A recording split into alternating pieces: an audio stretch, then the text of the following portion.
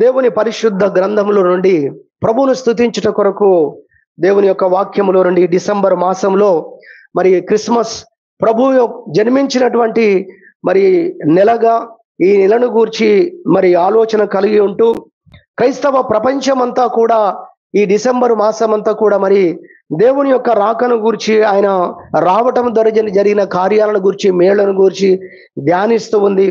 గొప్ప ఈ శుభ దినాలను మరి జ్ఞాపకం చేసుకుంటూ ప్రభువును స్తుతించే ఆ యొక్క వాతావరణంలో క్రైస్తవ ప్రపంచం అంతా కూడా ఉంది. మనం ఇంకా ఫారిన్ కంట్రీలో చూస్తే ఈ నెలంతా కూడా పండుగే. ఒక క్రిస్మస్ రోజు మాత్రమే కాదు, మరి వీధులన్నీ కూడా మరి డెకరేట్ చేస్తారు. అక్కడ వీధులన్నీ కూడా మెరిసిపోతూ ఉంటాయి. రాత్రి అయితే మనం అసలు కళ్ళు సరిపోవంటారు కదా, అంతగా చేస్తూ ఉంటారు. అయితే నిజానికి మనము భౌతికంగా ఆనందించటం మాత్రమే కాదు, అంతకంటే శక్తివంతంగా ఆనందించే విషయాలు ఉన్నాయి. అవి ఆత్మ సంబంధంగా దేవుడు మన జీవితంలో ఆయన చేసినటువంటి ఉపకారాలు, కార్యాలు, మన జీవితాన్ని ఆయన ఒక పండుగగా మార్చేశాడు. హల్లెలూయా. యేసుక్రీస్తు ఈ లోకానికి రాకపోతే అసలు మరి మన జీవితం అంతా, ప్రపంచమంతా శూన్యమే. ఆయన ఈ ప్రపంచాన్ని వెలుగులతో నింపాడు. దానికి సాదృశ్యంగా ఈ పండుగలు, ఈ సిరీస్ బల్బ్స్, ఈ గొప్ప గొప్ప వేడుకగా కనులను మరి అనేక రీతులు అబ్బురపరిచి అటువంటి వెలుగులతో అనేక విధాలుగా అలంకరిస్తూ ఉన్నారు. కానీ జీవితాన్ని వెలిగించాడు యేసయ్య తన రాక ద్వారా. మరి అలాంటి విషయాలు మనం తెలుసుకున్నప్పుడు నిజంగా మనం దేవుణ్ణి స్తుతిస్తాం. దేవుడు ఈ లోకానికి చేసినట్టు ఒక గొప్ప కార్యాన్ని గురించి ఇది ఒక ప్రత్యేక విధానంలో ఒక అంశంగా మనం నేర్చుకోబోతున్నాం. పరిశుద్ధ గ్రంథంలో నుండి యెషయా గ్రంథం, ప్రవక్తల గ్రంథము, యెషయా గ్రంథం, ప్రవక్త యొక్క గ్రంథము, యెషయా గ్రంథము 9వ అధ్యాయము 6వ వచనంలో ఉన్న వాక్య భాగాన్ని మనము జ్ఞాపకం చేసుకుందాం. 9వ అధ్యాయము 6వ వచనం. ఏలయనగా మనకు శిశువు పుట్టెను, మనకు కుమారుడు అనుగ్రహింపబడెను, ఆయన భుజము మీద రాజ్యభారముండును, ఆశ్చర్యకరుడు, ఆలోచనకర్త, బలవంతుడైన దేవుడు, నిత్యుడగు తండ్రి, సమాధానకర్తయగు అధిపతి అని అతనికి పేరు పెట్టబడును. దేవునికి మహిమ కలుగును గాక. హల్లెలూయా. ఆ మధ్య యెహోవాయే దేవుడు, మరి యేసుక్రీస్తు కాదు అన్నట్టుగా, యేసుక్రీస్తు కుమారుడు మాత్రమే అనేటట్లుగా చెప్పే అటువంటి కొంతమంది సహోదరులు వచ్చిన రోజున వారితో మాట్లాడుతూ ఉన్నప్పుడు వారి ఆఖరి మాట ఎత్తి చూపించారు. వారు ఏమన్నారంటే, పేరు పెట్టబడును అని ఉంది అంతే కదా, కానీ ఆయన నిత్యుడగు తండ్రియా, ఆయన ఆశ్చర్యకరుడా, ఆయన బలవంతుడగు దేవుడా? కాదే, పేరు పెట్టబడును ఉంది. సరే, మంచిది. దేవుని పరిశుద్ధ గ్రంథములో మత్తయి సువార్త నేను జ్ఞాపకం చేశాను. అక్కడ తండ్రి అని ఎవరికి పేరు పెట్టవద్దు అని ఉంది. స్తోత్రం చెప్పుదాం. హల్లెలూయా. తండ్రి, ఫాదర్ అనేటువంటి దాన్ని ఆ పేరుగా ఎవరికి పెట్టొద్దు అని ఇదే బైబిల్లో రాయబడి ఉంది. పేరు పెట్టడం అంటే ఎవరు పడితే వారు పేరు పెట్టుకోవడానికి కుదరదు కదా. తండ్రి అనే పేరు పెట్టడానికే వీలు లేదని ఉంది. అంతేకాదు, రోమా పత్రికలో ఉన్నటువంటి వాక్య భాగాన్ని కూడా వారికి చూపించడం జరిగింది. రోమా పత్రికలో ఉన్న వాక్యము, ఈయన సర్వాధికారి అయినటువంటి దేవుడై ఉన్నాడు అనేటువంటి మాటను కూడా వారికి చూపించడం జరిగింది. రోమా పత్రిక మనం చూసినట్టయితే మరి 9వ అధ్యాయములో ఆ మాట మనకు కనబడుతుంది. 4వ వచనము లేదా 5వ వచనము. పితరులు వీరి వారు శరీరమును బట్టి క్రీస్తు వీరిలో పుట్టెను. శరీరమును బట్టి భౌతికంగా ఆయన జన్మించుట కొరకు మరి ఇశ్రాయేలులలో ఆయన పుట్టాడు. గాని ఈయన, 2వ లైన్, ఈయన సర్వాధికారి అయిన దేవుడై ఉండి అని బైబిల్లో ఉన్న వాక్యాన్ని వారికి చూపించడం జరిగింది. ఈయన ఎవరు అంటే, ఈయన శరీరాన్ని బట్టి ఈయన మనుషుడిగా పుట్టాడు, మనుష్య కుమారుడుగా పిలువబడ్డాడు. కానీ ఈయన ఎవరంటే సర్వాధికారి అయిన దేవుడై ఉండి. తర్వాత మాట మనం చూస్తే అద్భుతము, నిరంతరము అంటే గడిచిన కాలంలో, ఇప్పుడు భవిష్యత్తు కాలం, ఇప్పుడున్న వర్తమాన కాలంలో, అదే విధముగా భవిష్యత్తు కాలంలో 3 కాలాలు వస్తాయి నిరంతరం అనే మాటకు. ఈ 3 కాలాల్లో కూడా స్తోత్రాలకు అర్హుడై ఉన్నవాడు ఎవరు అంటే యేసుక్రీస్తు అని ఇదే బైబిల్లో రాయబడి ఉంది. దేవునికి మహిమ కలుగును గాక. హల్లెలూయా. సరే, అక్కడ పేరు పెట్టబడును అన్న అంశాన్ని గూర్చి ఇలా సోదరులు ఆలోచన చేస్తూ ఉన్నారు కాబట్టి వారికి గ్రహింపు కలుగునట్లుగా ఈ మాటలు చెప్పడం జరిగింది. ఈ మాటలు విన్న వారందరూ కూడా ఇలాంటి ప్రశ్నలు ఎదురైనప్పుడు, వారికి ఎదురైన ఇతరులు ప్రశ్నించినప్పుడు కానీ మరి వారిలో ఉన్న విశ్వాసములో చెక్కు చెదరకుండా ఉండడానికి కూడా ఈ మాటలు సహాయపడతాయని జ్ఞాపకం చేస్తున్నాను. కేవలం 9వ అధ్యాయం 6వ వచనం యెషయా గ్రంథం, మనకు శిశువు పుట్టెను. ఈ శిశువు ఎవరు? ప్రపంచమునకు సంబంధించినటువంటి శిశువు, ప్రపంచమునకు సంబంధించినటువంటి కుమారుడు. దేవుని పరిశుద్ధ గ్రంథంలో చూస్తాము, ఈయన మనందరి కోసం పుట్టాడు, మన కొరకు పుట్టాడు. దేవుని వాక్యములో చూసినట్లయితే యోహాను సువార్తలో ఒక మాట మనం చదువుకుందాం. మనందరికీ తెలిసిన వాక్యం 3వ అధ్యాయము 16వ వచనం, దేవుడు లోకమును ఎంతో ప్రేమించెను కాగా ఆయన తన అద్వితీయ కుమారునిగా తన అద్వితీయ కుమారునిగా పుట్టిన వాని యందు విశ్వాసముంచు ప్రతివాడును నశింపక నిత్య జీవము పొందునట్లు ఆయనను అనుగ్రహించెను. ఇక 2 మాటలు కనబడుతున్నాయి. తన అద్వితీయ కుమారుడు, తన అద్వితీయ కుమారుడు. అద్వితీయ కుమారుడు అనగా ఒక్కగానొక్క కుమారుడు. ఇక కుమారులు కూతురులు ఇంకేం లేదు, ఒకటే ఒకటి అద్వితీయ. రెండవ కుమారుడు లేడు. మనందరము దేవుని కుమారులము అని పిలువబడుతున్నాం. నిజమా కాదా?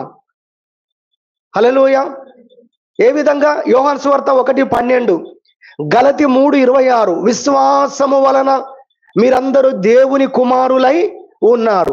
ఒక ప్రాసెస్ లో, ఒక విధానములో, ఒక పద్ధతిలో, ఒక విశ్వాసాన్ని బట్టి మనందరం దేవుని కుమారులం. కానీ నిజముగా దేవుని కుమారుడు ఎవరు అంటే యేసుక్రీస్తు మాత్రమే. దేవునికి స్తోత్రం చెప్పుదాం. హల్లెలూయా. అద్భుతమైన విషయాలు ఉన్నాయి ఇక్కడ. మార్కు సువార్త 1వ అధ్యాయం 1వ వచనం మీరు చూసినట్లయితే భలే అద్భుతంగా ప్రారంభమవుతుంది. దీని మీద ఒక ప్రసంగం మనము అంతకుముందు సంవత్సరాల్లో విన్నాం. మనము దేవుని కుమారులము కావాలి అనేటువంటి దానికోసం ఒక వర్తమానం మనం విన్నాం. దేవుని కుమారులం, మనం ఎవరమైనా దేవుని కుమారులం కావాలి ఫస్ట్ అనేది దాని యొక్క సారాంశం. సరే, మార్కు సువార్త 1వ అధ్యాయం 1వ వచనం, దేవుని కుమారుడైన యేసుక్రీస్తు సువార్త ప్రారంభం. ఎవరట? యేసుక్రీస్తు. ఆయన దేవుని యొక్క కుమారుడు. కాబట్టి ఇక్కడ మనము యోహాను సువార్త 3వ అధ్యాయం 16వ వచనంలో చూస్తున్నాము, కాగా ఆయన తన అద్వితీయ కుమారుడు. యేసుక్రీస్తు ఎవరు అంటే ఆయన దేవుని యొక్క కుమారుడు. అది అద్వితీయ కుమారుడు అనే విషయాన్ని మనము చూస్తున్నాము వాక్యములో. ఆయనను అనుగ్రహించాడు. అద్వితీయ కుమారుణ్ణి, తన కుమారుడు అద్వితీయ కుమారుణ్ణి ఎవరికి అనుగ్రహించాడట? ఎవరికి అనుగ్రహించాడట? మనకు. అంటే ఇక్కడ కూర్చున్న మనకే అవుతుంది. చూసే వాళ్ళు కూడా ఈ వీడియో చూస్తే, ఈ వర్తమానాన్ని వింటే వాళ్ళకి అనుగ్రహించాడట. అందుకే చెప్పుకుంటున్నారు వాళ్ళ సంఘములో, వాళ్ళ మందిరాలలో. ఇదిగో బైబిల్లో చూడండి, దేవుడు లోకమును ఎంతో ప్రేమించెను, లోకాన్ని ప్రేమించి ఆ లోకమునకు ఆయన కుమారునిచ్చాడు. దేవునికి మహిమ కలుగును గాక. ఎవరికి ఇచ్చాడు? ఇక్కడ కూర్చున్న మనకు మాత్రమే కాదు, ఆయన లోకమును ప్రేమించి లోకము కోసము తన అద్వితీయ కుమారుణ్ణి అనుగ్రహించాడు. అందుకే ఈరోజు వర్తమానం ఏంటంటే, మరి లోకమునకు దేవుడు అనుగ్రహించినటువంటి కుమారుడు లేదా బహుమానముగా అనుగ్రహించబడ్డ కుమారుడు. హల్లెలూయా. ఈ లోకానికి ఆయన ఒక కుమారుని ఇచ్చాడు.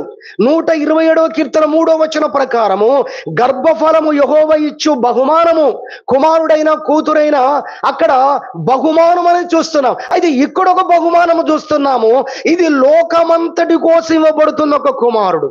అందుకే దేవుడు లోకమునకు అనుగ్రహించిన ఒక బహుమానం అని దీనికి పేరు పెట్టుకోవడం జరిగింది. దేవునికి మహిమ కలుగును గాక. అర్థమవుతుంది కదా? అంశం అర్థం కావాలి. దేవుడు లోకానికి ఇచ్చాడు ఒకటి. ఏమిచ్చాడు? ఇది ఒక కుమారుడు కూతురుని గురించి బైబిల్ చెబుతున్న మాట. అది బహుమానము. అయితే ఇక్కడ మనం చూస్తున్నాం, ఆయన కూడా ఒక బహుమానం ఇచ్చాడు. ఆయన కూడా కుమారుణ్ణి ఇచ్చాడు. ఎవరికి ఇచ్చాడు? చాలా మందికి ఇచ్చాడు. కాదు, ఆ విషయాన్ని గురించి కాదు బైబిల్ మాట్లాడేది. ఆయన ప్రపంచమంతటికి ఒక కుమారుని అనుగ్రహించాడు. ఎక్కడున్నాడు? ఎవరా కుమారుడు? ఇదిగో యేసు క్రీస్తు అని బైబిల్ చెబుతుంది. ప్రపంచమునకు అనుగ్రహించబడ్డ కుమారుడు, అందరికీ దైవ కుమారుడు. ఎవరండి ఆయన? యేసుక్రీస్తు. యోహాను సువార్త 3వ అధ్యాయం 16వ వచనం చూస్తున్నాము.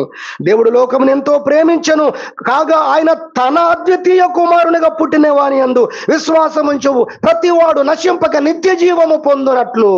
అవన్నీ మనం నేర్చుకుందాం. కానీ ఇక లాస్ట్ లో చూస్తే ఆయనను అనుగ్రహించెను.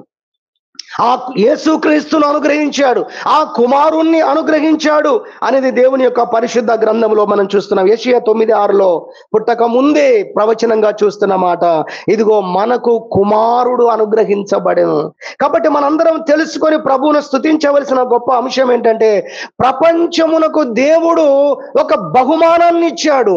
ఈ లోకమునకు దేవుడు బహుమానముగా ఒక యేసుక్రీస్తునిచ్చాడు, కుమారునిగా యేసుక్రీస్తునిచ్చాడు అనేది మనం తెలుసుకోవాలనేది ఇక్కడ మనం మొదటిగా నేర్చుకుంటున్నాం. ఆయన అద్వితీయ కుమారుడు అని బైబిల్లో మనం చూస్తున్నాం. ఇంగ్లీష్ బైబిల్లో he gave his only sun అనేటువంటి మాట రాయబడింది. అంటే ఒక్కగానొక్క కుమారుడు అనేటువంటి మాట మనకు బైబిల్ గ్రంథంలో చూస్తే, ఇంగ్లీష్ బైబిల్ రకరకాల వర్షన్లో ఇది కనబడుతుంది. కాబట్టి దేవుడు తనకున్న ఒక్కగానొక్క కుమారుణ్ణి ఈ ప్రపంచమునకు బహుమానంగా ఇచ్చాడు, అనుగ్రహించాడు. ఎందుకొరకు ఆయన ఇచ్చాడు అనే విషయానికి మనము దేవుని పరిశుద్ధ గ్రంథములో నుండి ఒక రెండు ప్రాముఖ్యమైన విషయాలు నేర్చుకుందాం. మొదటి దాంట్లో 3 విషయాలు జ్ఞాపకం చేస్తాను, రెండో విషయం ఒకటిగా జ్ఞాపకం చేస్తాను. 2 విషయాలు నేర్చుకోబోతున్నాం. మొదటి దాంట్లో 3 విషయాలు నేర్చుకుంటాం, రెండవది రెండవ అంశముగానే మనం నేర్చుకోబోతున్నాం. యేసుక్రీస్తును దేవుడు అనుగ్రహించాడు, లేదా దేవుడు ఒక కుమారుణ్ణి లోకానికి అనుగ్రహించాడు. ఆయన యేసుక్రీస్తుగా అనుగ్రహించాడు, ఆయనను బహుమానముగా అనుగ్రహించాడు. ఆ బహుమానమును బట్టి మనందరము సంతోషించి మనం ఆయనను స్తుతించగలిగినంతగా ఆయనను అనుగ్రహించాడు అనేది దేవుని యొక్క వాక్యములు చదివినప్పుడు, ధ్యానించినప్పుడు మనకు అర్థమవుతాయి. దాని కొరకైన ఒక వాక్యం కూడా జ్ఞాపకం చేసుకుందాం. లూకా సువార్త 2వ అధ్యాయం 9వ వచనం. ప్రభు దూత వారి యొద్దకు వచ్చి నిలిచెను. ప్రభు మహిమ వారి చుట్టూ ప్రకాశించినందున వారు మిక్కిలి భయపడిరి. అయితే ఆ దూత, భయపడకుడి, ఇదిగో ప్రజలందరికీ కలగబోవు మహా సంతోషకరమైన సువర్తమానము నేను మీకు తెలియజేయుచున్నాను. దావీదు పట్టణమందు నేడు రక్షకుడు మీ కొరకు పుట్టి ఉన్నాడు. ఎవరాయన అంటే పేరుతో సహా ఇక్కడ చెప్పబడుతుంది. ఈయన ప్రభువైన క్రీస్తు. దేవునికి మహిమ కలుగును గాక. హల్లెలూయా. కాబట్టి ప్రజలందరికీ కలుగబోయేటువంటి ఒక సంతోషకరమైన విషయం, దేవుడు బహుమానాన్ని ఇచ్చాడు లోకానికి. యేసుక్రీస్తును బహుమానంగా ఇచ్చాడు, తన కుమారుడైన యేసుక్రీస్తును బహుమానంగా అనుగ్రహించాడు. దాని ద్వారా ప్రపంచమంతటికి కూడా గొప్ప సంతోషం కలుగుతుంది. హల్లెలూయా.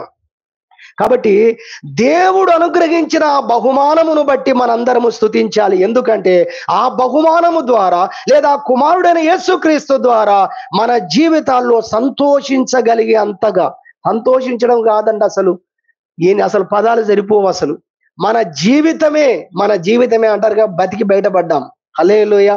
ప్రపంచము లేకపోతే ప్రపంచం మొత్తము చీకటే, ప్రపంచం మొత్తము నాశనమే. అసలు ఈ కుమారుడు గనక పుట్టకపోతే, యేసుక్రీస్తు గనక ఈ లోకములోకి అనుగ్రహించబడకపోతే ప్రపంచమంతా నాశనమైపోవలసిందే. మరి ఇంత పెద్ద అంశమై ఉండగా మనం ఎంత దేవుని స్తుతించాలి. తండ్రి, మీరు మీ కుమారుడుగా యేసుక్రీస్తును ఈ లోకములోకి ఒక బహుమానంగా మా కొరకు పంపినందుకు మీకు స్తోత్రమయ్యా అని మనం స్తుతించవలసి ఉంది. అంతటి గొప్ప విషయాలు, 2 ప్రాముఖ్యమైన విషయాలుగా మనం దేవుని వాక్యం నుంచి త్వరగా నేర్చుకోవడానికి ప్రయత్నం చేద్దాం. మొదటిగా మనము చూసినట్లయితే, ఆయన ఈ లోకములోకి అనుగ్రహించబడడం ద్వారా కలిగినటువంటి గొప్ప కార్యము, గొప్ప విషయము ఏమిటి అంటే, మన పాపములన్నింటినీ ఆయన మోసుకొని పోవడానికి పంపబడ్డాడు. హల్లెలూయా. ప్రపంచ పాపములను మోసుకొని పోవటానికి దేవుని చేత పంపబడ్డటువంటి వ్యక్తియే, లేదా దైవ కుమారుడే యేసుక్రీస్తు. ఆయనను గూర్చి యోహాను అనేటువంటి ఒక ప్రవక్త ఆయన వస్తున్నప్పుడు, యేసుక్రీస్తు వస్తున్నప్పుడు ఆయన చూసి చెబుతున్న మాట దేవుని పరిశుద్ధ గ్రంథములో చూస్తాం. ఆయన మామూలు వ్యక్తి కాదు యోహాను. అప్పుడున్న శాస్త్రులు, అప్పుడున్న పరిసయ్యులు ఆయనను చూసి ఎంతో ప్రభావితులయ్యారు చెప్పాలంటే. అలాంటి విషయాలు, ఎందుకంటే మరి వందలాది వేలాది మంది దేవుని యొక్క స్వరము యోహాను ద్వారా మనకు వినబడుతుందని తెలుసుకొని వేల కొలది ఊర్లే వచ్చి మరి బాప్తిసం పొందుతున్నారు. శాస్త్రులు పరిసయ్యులు మనం వెళ్ళకపోతే లాభము లేదని వారు తల దించుకొని వంచుకొని యోహాను యొద్దకు వచ్చి మాకు కూడా బాప్తిస్మం ఇవ్వమని అడిగారంటే, ఆ దినాల్లో యూద మతములో మరి యూదులు ఇశ్రాయేలుగా నివసిస్తున్న కాలములో ఎంత ప్రభావితము చూపాడో యోహాను మనం తెలుసుకోవాలని ప్రభుపేట గుర్తు చేస్తున్నాను. సామాన్యమైన వ్యక్తి కాదు యోహాను. యేసు ప్రభు కూడా చెప్పాడు మాట, స్త్రీలు కనిన వారిలో యోహాను కంటే గొప్పవాడు తెలుసా ఈ వాక్యం పుట్టలేదు అని చెప్పాడు. హల్లెలూయా. అదిగో ఆ యోహాను చెప్తున్నాడు. యోహాను సువార్త 1వ అధ్యాయము 29వ వచనం చదువుతున్నాను చూడండి. మరునాడు యోహాను యేసు తన యొద్దకు రాగా చూచి, మరునాడు యోహాను యేసు తన యొద్దకు రాగా చూసి, ఆ యేసయ్యను చూసి యోహాను ఇంత గొప్ప మరి ప్రజలలో ప్రఖ్యాతిగాంచిన మహాప్రవక్తగా ఉన్న ఈ వ్యక్తి చెప్పే మాట, ఏలియా ఆత్మ కలిగిన వాడుగా ఉన్న యోహాను చెబుతున్న మాట ఏంటంటే, ఇదిగో లోక పాపమును మోసుకొని పోవు దేవుని గొర్రెపిల్ల. దేవునికి మహిమ కలుగును గాక. హల్లెలూయా. ఎంత గొప్ప సంగతి అండి.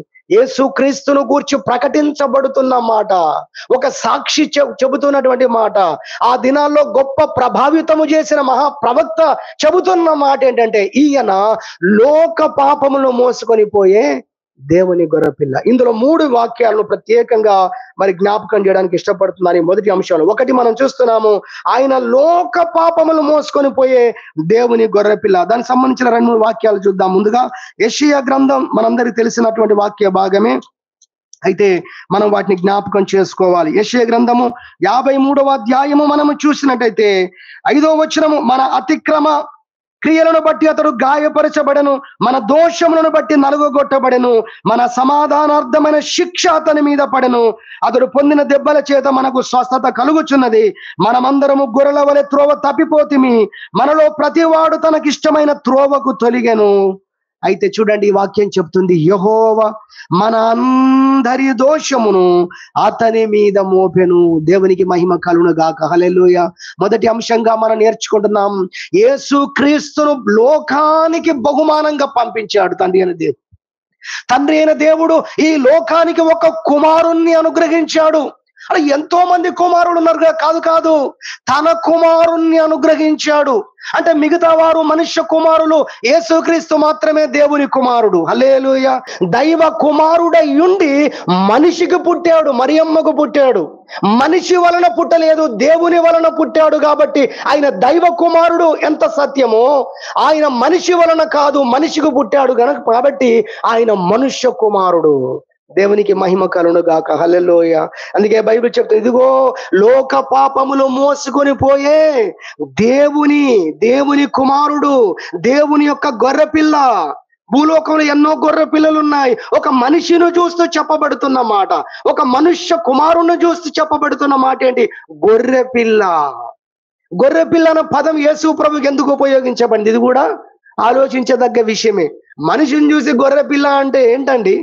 అది ప్రతిదీ ఇలా మనం ఆలోచన చేస్తే ఎన్ని విషయాలు ఇక్కడ రాయబడి ఉన్నాయి. నిజంగా ఆలోచన చేస్తే మొదటి అంశంగా మనం చూస్తున్నాము, లోక పాపములు మోసుకోవడానికి వచ్చిన దేవుని గొర్రెపిల్ల.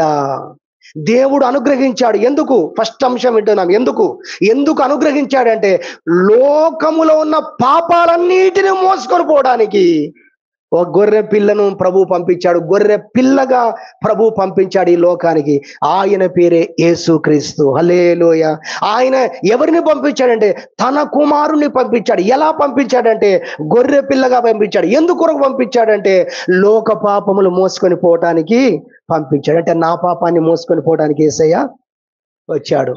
అంటే నీ పాపాన్ని మోసుకొని పోవడానికి యేసయ్య వచ్చాడు. హల్లెలూయా. ఎంత స్తుతించాలండి. ఆయన రాకపోతే, అందుకే ఈ ప్రపంచమునకు పాప విమోచన లేదు. ఈ ప్రపంచంలో ఉన్న పాపాలన్నిటినీ మోసుకొని పోయే నాదుడే ఈ ప్రపంచంలో ఎవరు కూడా లేరు. ఈ ప్రపంచంలో ఎవరు కూడా లేరు. పుడుతున్న ప్రతి వ్యక్తి పాపియే. మన యోబు గ్రంథంలో ఎప్పుడు ఆ మాటను మనం జ్ఞాపకం చేసుకుంటూ ఉంటాం. పాప సహితునిలో నుండి పాప రహితుడు పుట్టగలిగిన ఎడల ఎంత మేలు. పాపముతో నిండిన ఈ జాతిలో నుండి ఒక పాపము లేని వాడు పుడితే ఎంత బాగుండు. ఈ జనరేషన్ మారితే ఎంత బాగుండు.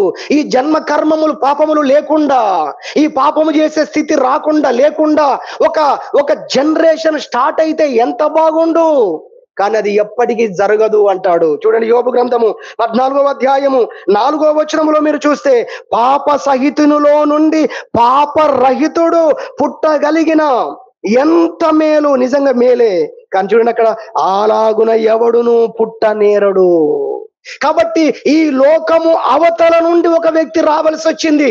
అందుకే దేవుడే ఈ లోకములోకి ఆయన కుమారుడుగా దేవునిలో నుండి మరి ఒక కుమారుని పాత్ర బయలుదేరింది, ఈ ప్రపంచానికి వచ్చింది. ఈ ప్రపంచానికి వచ్చి ఆయన చేసిన కార్యం ఏంటయ్యా అంటే, లోక పాపములు ఆయన మోసుకొని పోవడానికి వచ్చాడు. హల్లెలూయా. ప్రభువా, నా పాపములు మోసుకొని పోవటానికి నీవు అనుగ్రహించబడ్డందుకు స్తోత్రము. లేదా తండ్రి, నా పాపములను మోసుకొని పోవటం కొరకు నీ ప్రియ కుమారుడైన యేసు క్రీస్తుని లోకములోకి పంపించినందుకు మీకు స్తోత్రమయ్యా. హల్లెలూయా. ఎంత గొప్ప అద్భుతమైన సత్యము మనం తెలుసుకోవాలి. యెషయా గ్రంథంలో ఇందాక ఆ మాట మనం చూసాము. ఆయన మన పాప భారమునే కాదు, అన్ని భారాలను మోసుకొని పోయాడు. హల్లెలూయా. కీర్తన గ్రంథం 55వ కీర్తన 22వ చరణం చూస్తే, నీ భారము యెహోవా మీద మోపుము, ఆయన నిన్ను ఆదుకుంటాడు. సామెతల గ్రంథం 16వ అధ్యాయం 3వ వచనం, నీ పనుల భారము. ఇదే సబ్జెక్ట్ అయితే ఇవన్నీ ఆలోచించాలి మనం. ఏం భారం అట? పనుల భారము. ఎక్కడుంది? 16వ అధ్యాయం 3వ వచనం సామెతలు. కొన్నిసార్లు పనుల భారం, ఎంత ఒత్తిడి ఉంటది మన మీద. ఆ ఒత్తిడిలో ఓసారి ఈ వాక్యం నన్ను ఎంతో ఆదరించింది. హల్లెలూయా. ఇదంతా కాదు, అసలు నీ పనుల భారము యెహోవా మీద మోపము. మార్టిన్ లూథర్ అనేటువంటి వ్యక్తి అన్నాడు ఓ రోజు, నాకు ఈ రోజు చాలా పనులు ఉన్నాయి, అసలు అటు పరిగెత్తి ఇటు పరిగెత్తి అసలు ఎంత అతలాకుతలం అయిపోతున్నాను, ఇవన్నీ ఎలా చేసుకుంటారు నేను అంత నాకు అనిపించింది. ఆ రోజు ఆయన అనుకున్నాడట, అయితే ఎక్కువ ప్రార్థన చేస్తాను. హల్లెలూయా. నేను ఎక్కువగా దేవునికి మొర పెడతాను. ఈ రోజు నాకు ఎక్కువ పనులు ఉన్నాయి కాబట్టి ఎక్కువగా ప్రార్థించి ఆయన మీద ఆధారపడతాను. సామెతలు 16:3 అదే చెప్తుంది. నీ పనుల భారమును, ఒత్తిడిని యెహోవా మీద ఉంచుము. అప్పుడు నీ ఉద్దేశములన్నీ కూడా, నీ ఆలోచనలన్నీ ఆయన సఫలపరుస్తాడు. అంతేకాదు, మన రోగములను ఆయన మోసుకొని పోయాడు. రోగ భారము, అప్పుల భారము, ఈ విధంగా చూస్తే అనేక భారములు. అయితే ఈ భారాలన్నీ ప్రపంచంలో మరి ఇతరులకు లేకపోవచ్చు, కొంతమందికి లేకపోవచ్చు, కొంతమంది తీర్చుకున్నారు కావచ్చు. కానీ ప్రపంచంలో ఎవ్వరు తీర్చలేని, ఎప్పటికీ తీర్చబడని ఒక రుణం ఉంది. అదే పాప భారం. దాని దేవుడు ఒక్కడు మాత్రమే తీర్చగలడండి. హల్లెలూయా. ఆయన మాత్రమే దానిని ఆయన మోసుకొని పోగలడు. ఆ విషయాన్ని మనం గ్రహించాలని దేవుని యొక్క వాక్యము ద్వారా ఈ విషయాలన్నీ జ్ఞాపకం చేయడం జరుగుతుంది. కాబట్టి మొదటిగా మనం చూస్తున్నాము, మన యొక్క పాప భారములను మోసుకొని పోవడానికి యేసు క్రీస్తు ఈ లోకములోకి వచ్చాడు అనేది మొదటిగా మనం దేవుని వాక్యం నుంచి జ్ఞాపకం చేసుకుంటున్నాం. మత్తయి సువార్త, దీనిలో 2వ వాక్యాన్ని జ్ఞాపకం చేస్తాము. మత్తయి సువార్త 20వ అధ్యాయము 28వ వచనము. మత్తయి సువార్త 20వ అధ్యాయం 28, 3 వచనాలు పర్టికులర్ గా మీకు జ్ఞాపకం చేయడానికి ఇష్టపడుతూ ఉన్నాము. ఇందాక మనం చూసింది, లోక పాపములు మోసుకొని పోవట కొరకు ఆయన పంపబడ్డాడు అనేది మనం చూసాము యోహాను 1:29లో. ఇప్పుడు 2వ వాక్యం మత్తయి సువార్త 20వ అధ్యాయము 28వ వచనం మనం చదువుకుందాం. అలాగే మనుష్య కుమారుడు పరిచారము చేయించుకొనుటకు రాలేదు గాని పరిచారము చేయుటకును అనేకులకు ప్రతిగా విమోచన క్రయధనముగా తన ప్రాణమునిచ్చుటకు వచ్చెనని చెప్పాను. అనేకులకు ప్రతిగా తన ప్రాణమును ఇచ్చుటకు, విమోచన క్రయధనముగా తన ప్రాణం ఇచ్చుటకు వచ్చెను. 2వ వాక్యములో నుండి మత్తయి సువార్త 20వ అధ్యాయం 28వ వచనం నుంచి మనం నేర్చుకునే అద్భుతమైన వాక్య భాగం నుండి తెలుసుకోవాల్సిన మాట ఏంటంటే, యేసుక్రీస్తు ఈ లోకానికి పంపబడ్డాడు. తండ్రి అయిన దేవుడు కుమారుణ్ణి లోకానికి పంపించాడు, బహుమానముగా ఈ లోకానికి పంపించాడు. పంపుట ద్వారా జరిగిన కార్యం ఏంటంటే, ఆయన మన పాపములన్నిటిని మోసుకొని పోయాడనే ఒక విషయాన్ని మనం విన్నాం. ఇప్పుడు ఈ వాక్యములో నుంచి మనం నేర్చుకునేది ఏంటంటే, అనేకుల పాపములకు, ఆ పాపము నుండి విమోచించబడడానికి, విడిపించబడడానికి ఆయన విమోచన క్రయధనముగా ఆయన చెల్లించబడ్డాడు. హల్లెలూయా.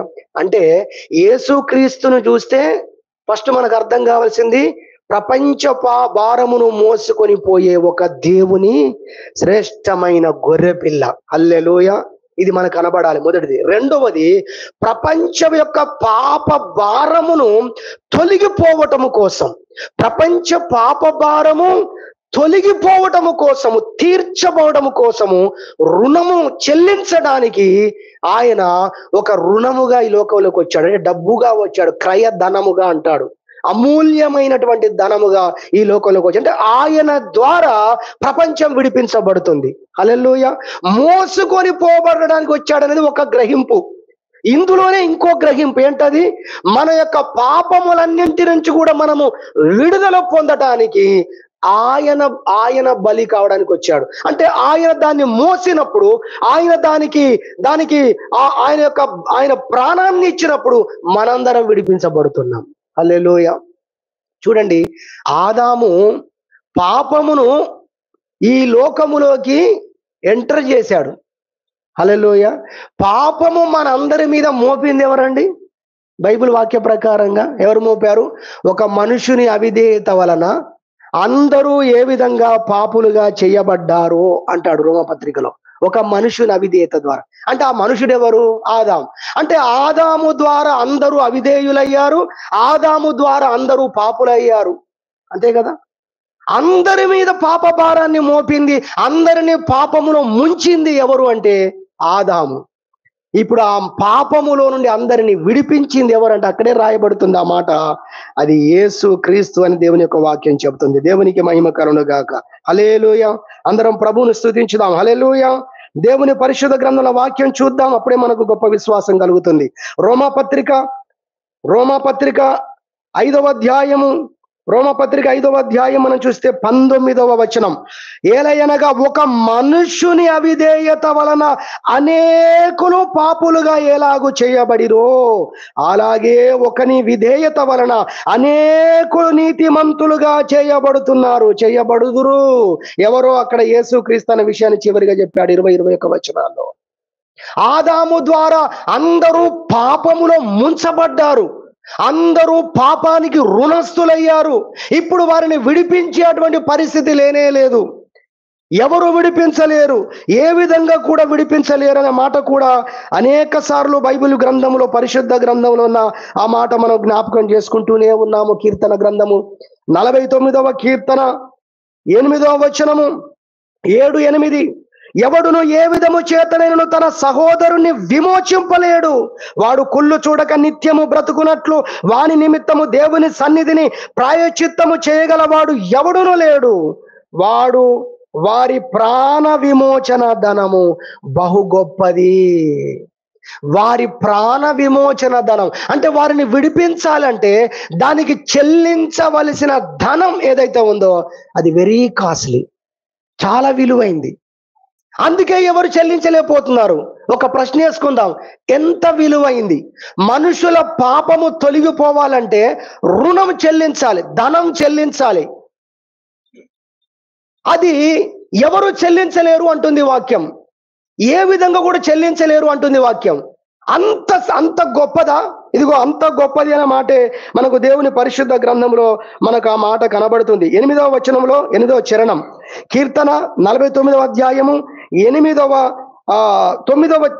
చరణం చూడండి. వారి ప్రాణ విమోచన ధనము, చూస్తున్నారా వాక్యం? ఎవరైనా ఒకరిద్దరన్నా వింటే పర్వాలేదు, చూసేవారు కూడా చూడండి. వారి ప్రాణ విమోచన ధనము బహు గొప్పది.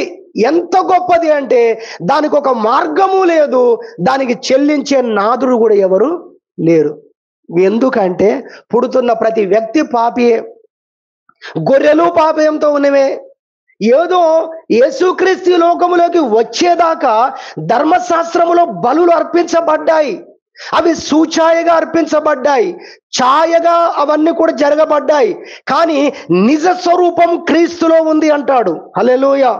కాబట్టి ఈ లోకములో ఉన్న అర్పించబడ్డవన్నీ కూడా చెప్పాలంటే ఇక్కడ చావకుండా, ఇక్కడ బలుడు అర్పించకపోతే చచ్చిపోతాడు వ్యక్తి. బలుడు చేయటము ద్వారా ఆ వ్యక్తి ఆ రోజు బతికాడు.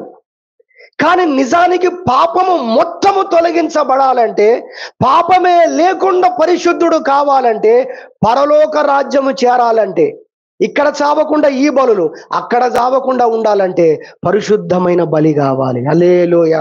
దాని రుణము చెల్లించగలిగిన వాడు కేవలము యేసుక్రీస్తు ఒక్కడు. ఎందుకంటే ఆయన పాపము లేనివాడు. ఇవన్నీ మనుషులు తీసుకొచ్చిన బలులైతే ఈ బలి లోక పాపములు మోసుకొని పోయే దేవుని యొక్క గొర్రె పిల్లే బలిగా ఈ లోకంలోకి వచ్చిందనేది మనం దేవుని వాక్యంలో వింటున్నాం. అంటే మనం ఇక్కడ రెండో వాక్యంలో మనం తెలుసుకోవాల్సింది, అనేకులకు ప్రతిగా విమోచన క్రయధనముగా మనందరము విడిపించబడటానికి అమూల్యమైన ధనముగా యేసుక్రీస్తే ఈ లోకములో ఆయన చనిపోయాడు అనేది రెండవ విషయంగా మరి ఈ విషయాన్ని జ్ఞాపకం చేయడానికి ఇష్టపడుతూ ఉన్నాము. అదేవిధంగా మూడవదిగా మనం చూసినట్టయితే కీర్తన గ్రంథం 49వ మొదటి యోహాను పత్రిక 4వ అధ్యాయము, మొదటి యోహాను పత్రిక 4వ అధ్యాయం 10వ వచనం, మనము దేవుని ప్రేమించితిమని కాదు, తానే మనలను ప్రేమించి మన పాపములకు ప్రాయశ్చిత్తమయ్యుటకు తన కుమారుని పంపెను. 3 వాక్యాల్లోండి మూడే గ్రహింపులు ఇక్కడ మనం జ్ఞాపకం చేసుకుంటున్నాం. మూడవ గ్రహింపు ఏంటంటే, మన పాపములకు ప్రాయశ్చిత్తము చేయడానికి దేవుడు తన కుమారుడైన యేసుక్రీస్తుని లోకంలోకి పంపించాడు. హల్లెలూయా. ఆయన రాక ద్వారా, ఆయన శిలువ యాగము ద్వారా, ఆయన బలియాగము ద్వారా జరుగుతున్నది గొప్ప కార్యం ఏంటంటే, మన పాపములకు ప్రాయశ్చిత్తము జరుగుతుంది. ఇక పాపము లేదు. మన పాపములన్నింటికి ప్రాయశ్చిత్తము జరిగిన తర్వాత ఇక పాపం ఎంత మాత్రము కూడా లేదు అన్న విషయాన్ని మనం అక్కడ అర్థం చేసుకోగలము. దేవుని వాక్యములో మనం చూసినట్లయితే 65వ కీర్తన 3వ చరణంలో ఒక గొప్ప మాట ఉందండి. చాలా అద్భుతమైన మాట. ఏమంటాడు తెలుసా కీర్తనకారుడు? దేవా, నీవే మా పాపములకు ప్రాయశ్చిత్తము చేయుదు, మేం చేసేటివన్నీ వట్టియే దేవా. అర్థమవుతుందా ఈ వాక్యం? చాలా అద్భుతమైంది. మేము చేసేటివన్నీ ఇక్కడి వరకే దేవా, కానీ నిజమైన ప్రాయశ్చిత్తం ఏదైతే ఉందో అది నీవు మాత్రమే చేస్తావు. అదే కల్వరి శిలువలో జరిగింది. దేవునికి మహిమ కలుగును గాక. హల్లెలూయా. 65వ కీర్తనలో మాట అంటాడు, నీవే మా పాపములకు ప్రాయశ్చిత్తము చేయుదువు, నీ ద్వారా మాత్రమే మా పాపములకు నిజముగా ప్రాయశ్చిత్తము జరుగుతున్నది అన్న విషయాన్ని అతడు దేవుణ్ణి స్తుతిస్తూ చెప్పినటువంటి మాటలో నుండి ఆ విషయాన్ని మనము జ్ఞాపకం చేసుకోవచ్చని ప్రభుపేట గుర్తు చేస్తూ ఉన్నాము. రోమపత్రిక 8వ అధ్యాయము 4వ వచనములో మీరు చూస్తే కూడా ఆయన మన పాపములకు పరిహారము చేశాడు అని దేవుని యొక్క వాక్యం చెప్తుంది. పాపములను పరిహరించాడు. తన కుమారుడైన యేసుక్రీస్తుని లోకములోకి పంపి, తన కుమారుణ్ణి ఈ లోకములోకి పంపి శిలువ మరణము జరిగించుట ద్వారా మన పాపములన్నింటినీ కూడా పరిహారం చేశాడు. 3 వాక్యాలు జ్ఞాపకం చేశాం. 3 వాక్యాలని 3 గ్రహింపులు. 1, మన పాపాలను మోసుకొని పోయాడు. హల్లెలూయా. యేసుక్రీస్తుని లోకంలో పంపించాడు, తన కుమారుని లోకంలో పంపించాడు. పంపుట ద్వారా జరిగిన గొప్ప కార్యం ఏంటంటే మన పాపములను మోసుకొని పోయాడు. రెండవది, మన పాపములన్నిటికీ పెనాల్టీ ఆయన కట్టాడు. ఆయనే పెనాల్టీగా, ఆయనే ధనముగా, ఆయనే క్రయధనమయ్యాడు. అది దేవునికి సరిపోయింది. మన పాపము నుంచి విడిపించుటకు సరిపోయాడు యేసుక్రీస్తు. ఎందుకంటే ఆయన పాపము లేనివాడు. ప్రపంచ పాపములను మోసుకొని పోవడానికి కానీ, ప్రపంచ పాపములకు పెనాల్టీ కట్టడానికి కానీ యేసు మాత్రమే సరిపోగలిగిన వాడు. హల్లెలూయా. ఆయన మాత్రమే సరిపోగలిగిన వాడు. అది రెండో విషయంగా చూస్తున్నాము. మూడవదిగా ఇప్పుడు మనం నేర్చుకున్న 3వ వాక్యంలోని గ్రహింపు ఏంటంటే, మన పాపములకు ప్రాయశ్చిత్తం చేసిన వాడు ఆయనే, పరిహారము చేసిన వాడు ఆయనే అనే విషయాన్ని ఈ 3 వాక్యాల నుండి మనము నేర్చుకుంటున్న సందేశం ఏంటంటే, మన పాపములన్నింటినీ కూడా మోసుకొని పోయి, మన పాపములన్నింటినీ కూడా విడిపించి, మన పాపములన్నింటినీ కూడా పరిహారం చేసిన వాడు యేసుక్రీస్తు. అలా చేయుట కొరకే ఆయన లోకములోకి వచ్చాడు లేదా పంపబడ్డాడు అనేది మనం మొదటిగా నేర్చుకున్నాము. దానికి 3 వాక్యాలు చూపించడం జరిగింది. రెండవ విషయం నేను జ్ఞాపకం చేసి ముగిస్తాను, సమయం అయిపోయింది. జ్ఞాపకం చేసి ముగిస్తాను అంతే. రెండవదిగా చూసినట్లయితే 2 వాక్యాలు జ్ఞాపకం చేస్తాను అంతే. మొదటి యోహాను పత్రిక 4వ అధ్యాయము, మొదటి యోహాను పత్రిక 4వ అధ్యాయము మనం చూసినట్లయితే 9వ వచనం, మనము ఆయన ద్వారా జీవించునట్లు దేవుడు తన అద్వితీయ కుమారుణ్ణి లోకములోకి పంపెను. ఈ వేరియేషన్ చూడాలి మీరు. ఈ తేడా గమనించాలి మీరు. ఏముంది ఇక్కడ? మనము ఆయన ద్వారా జీవించినట్లు. ఇంతకు ముందు ఎందుకు పంపాడు? మన పాపాలను మోసుకొని పోవడానికి పంపాడు. మన పాపములకు ఆయన మూల్యము చెల్లించడానికి, మూల్యముగా పంపించాడు ఆయనను. మన పాపములకు ప్రాయశ్చిత్తం చేయడానికి పంపించడానికి మొదటిగా నేర్చుకున్న 3 వాక్యాల్లోండి.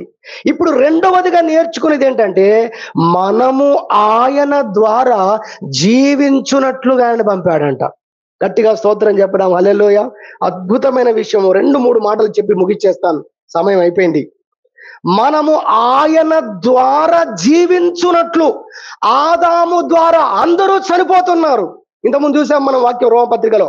ఒక మనుషుని అవిధేయత ద్వారా అందరూ పాపులుగా చేయబడి అందరూ చనిపోతున్నారు. మరణం ప్రాప్తించింది అందరికీ. అయితే ఇప్పుడు యేసుని ఎందుకు పంపించాడంటే, ఆయన ద్వారా చచ్చిపోతున్న ఈ ప్రపంచంలో ఉన్న మనుషులందరూ చావక ముందు యేసును తెలుసుకొని, యేసునందు నమ్మకముంచి, విశ్వాసముంచి, ఆయన యందు విశ్వాసముతో చనిపోతున్న ప్రతి ఒక్కరూ చావు లేకుండా జీవించడానికి ఆయన లోకంలోకి దింపాడండి. దేవునికి మహిమ కలుగును గాక. హల్లెలూయా. ఇప్పుడు యేసుక్రీస్తు ఎలా కనబడుతున్నాడు? ఇప్పుడు రెండవ అంశంలో, మొదటి అంశంలో ఒక లోక పాపాలు మోసుకొని పోయే దేవుని గొర్రె పిల్లగా ఒక ఇమేజ్ మీకు కనబడి, ఒక ఫోటో కనబడుతుంది. ఆయన ఒక మూల్యంగా కనబడ్డాడు, ఒక పెనాల్టీగా కనబడ్డాడు మొదటి అంశంలో. ఆయన మన పాపాలకు పరిహారం చేసిన వాడుగా, ప్రాయశ్చిత్తం చేసిన వాడుగా కనబడ్డాడు. రెండవ అంశంలో ఆయన జీవముగా కనబడుతున్నాడు. హల్లెలూయా. దేవుడి లోకములోకి యేసుక్రీస్తును పంపించాడంటే అర్థం ఏంటో తెలుసా?